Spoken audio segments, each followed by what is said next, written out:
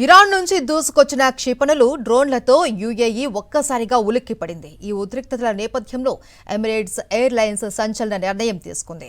Dubai నుంచి వెళ్లే మరియు దుబాయ్కి వచ్చే అన్ని విమాన సర్వీసులను తాత్కాలికంగా నిలిపివేసింది. ప్రయాణికులు ఎవరూ విమానాశ్రయానికి రావద్దు అని స్పష్టమైన ఆదేశాలు జారీ చేసింది. అసలు దుబాయ్ విమానాశ్రయం వద్ద ఏం జరుగుతోంది? ప్రపంచంలోనే అత్యంత రద్దీగా ఉండే దుబాయ్ అంతర్జాతీయ విమానాశ్రయం ఒక్కసారిగా స్తంభించిపోయింది.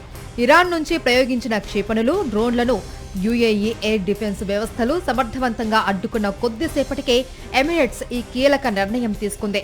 ప్రయాణికుల భద్రతే తమకు ప్రాధాన్యమని సంస్థ ప్రకటించింది. తదుపరి ఉత్తర్వులు ఇచ్చే వరకు విమాన సర్వీసులు నిలిపివేస్తున్నట్లు ఎమిరేట్స్ వెల్లడించింది. ఇప్పటికే విమానాశ్రయానికి బయలుదేరిన వారు లేదా అక్కడ వేచి ఉన్నవారు వెనక్కి వెళ్లాలి అని, కొత్తగా ఎవరూ రావద్దు అని అధికారులు హెచ్చరిస్తూ ఉన్నారు. గాలిలో ఉన్న విమానాలను ఇతర సురక్షిత ప్రాంతాలకు దారి మళ్లిస్తున్నారు. ఇరాన్ నుంచి దాడులు పెరుగుతూ ఉండటంతో యుఏఈ ప్రభుత్వం హై అలర్ట్ ప్రకటించింది. గగనతలాన్ని తాత్కాలికంగా మూసివేయడం వల్ల వేలాది మంది ప్రయాణికులు ఇబ్బందులు పడుతున్నారు. పరిస్థితి చక్కబడిన తర్వాతే విమాన రాకపోకలపై స్పష్టతను ఇస్తాము అని ఎమిరేట్స్ పేర్కొంది. ప్రస్తుతానికి దుబాయ్ విమానాశ్రయం పూర్తిస్థాయి భద్రతా వలయంలో ఉంది. యుద్ధం వల్ల సామాన్యుల ప్రయాణాలు కూడా చిన్నాభిన్నమవుతున్నాయి. ఎమిరేట్స్ ప్రయాణికులు తమ విమాన స్థితిగతుల కోసం ఎయిర్లైన్స్ వెబ్సైట్ను క్రమం తప్పకుండా చూస్తూ ఉండాలి అని సూచించింది.